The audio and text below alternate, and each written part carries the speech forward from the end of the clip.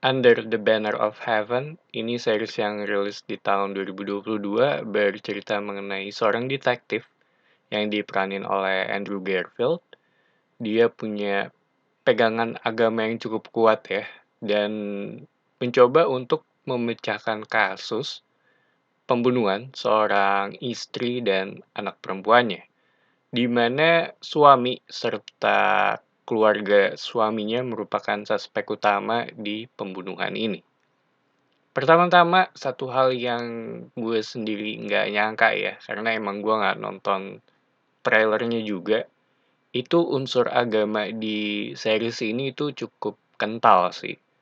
Gue sendiri juga agak kaget gitu, karena gue kira ini cuma hanya murder mystery biasa gitu, tapi ternyata bukan.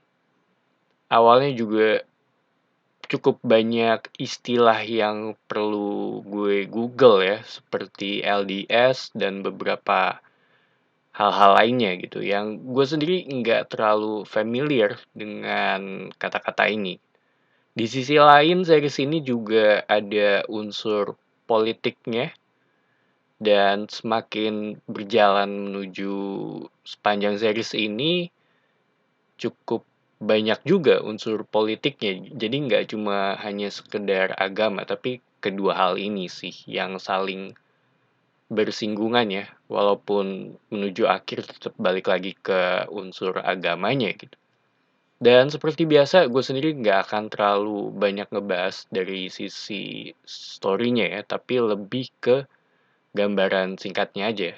Ditambah dari sisi topik juga, ini merupakan topik yang cukup sensitif. Settingnya untuk series ini menggunakan alur maju mundur, jadi agak-agak mirip dengan True Detective season yang pertama ya. Dari sisi vibe juga menurut gue agak ada sedikit kemiripan ya, walaupun nggak sekelam series itu. Dan jujur aja, di series ini cukup lambat sih, dan drama heavy banget. Ditambah durasi tiap episodenya itu cukup panjang, tapi tetap ada progresnya gitu, walaupun pelan-pelan banget. Dimana mereka tuh ngumpulin orang-orangnya untuk diinterogasi. Jadi para suspek ini dikumpulin dan dipisah dalam ruangan yang berbeda ya. Dan dicek satu persatu gitu. Ini omongannya bener atau enggak gitu. Dan lu ngebandingin dengan omongan orang satunya lagi. Mencari bukti, terus dapet lead baru, ngumpulin bukti-bukti baru juga, dan ngikutin kemana arahnya. Kurang lebih itu sih yang ada di series ini gitu, atau yang ada di sepanjang series ini. Dan kadang gue juga pengen stop untuk nggak ngelanjutin ya, karena ya bisa dibilang agak sedikit membosankan. Tapi entah kenapa gue pengen atau penasaran untuk ngeliat kelanjutan dari kasus ini di episode berikutnya juga gitu. Dan itu yang gue rasa menjadi daya tarik ya untuk series ini. Walaupun lambat dan agak sedikit membosankan buat gue, tapi tetap ada sisi misterinya. Awal-awal gue nonton juga cukup membingungkan sih, karena ini tuh siapa, itu siapa, dan keluarga Leverty ini atau suspeknya ini ya cukup besar gitu, apalagi ada anak dan istrinya gitu, dan gue sendiri cukup buruk ya untuk ingat nama orang.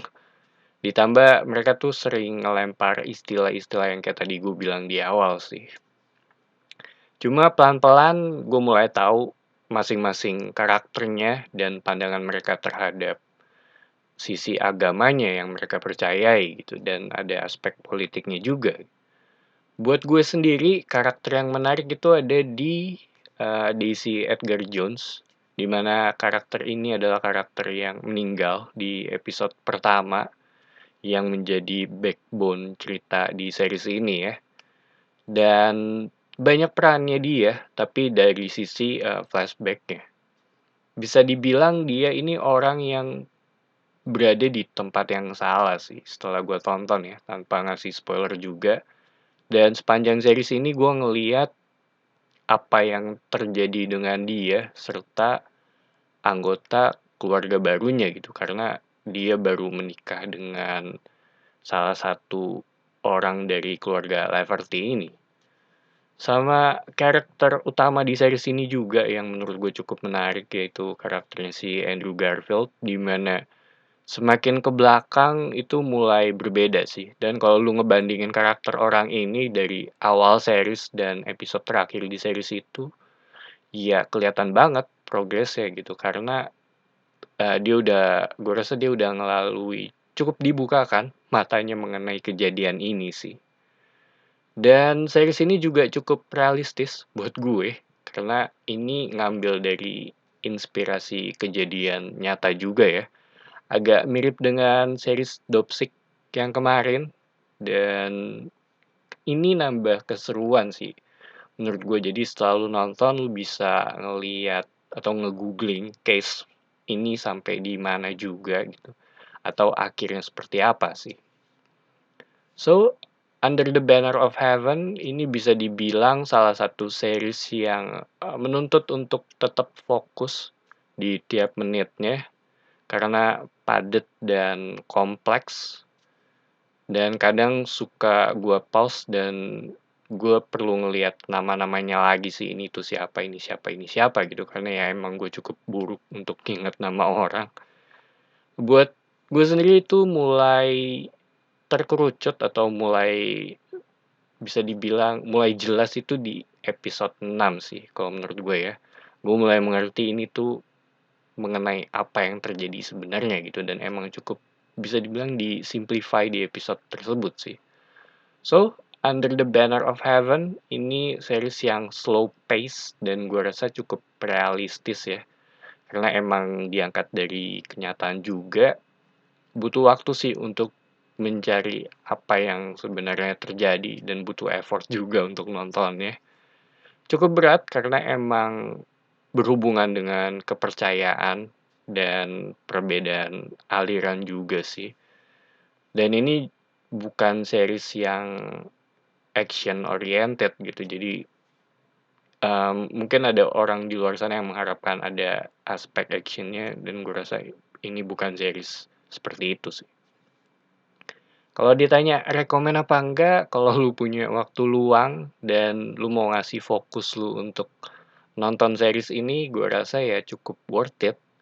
Tapi kalau lu nyari hiburan santai dan yang singkat, bisa skip series ini sih.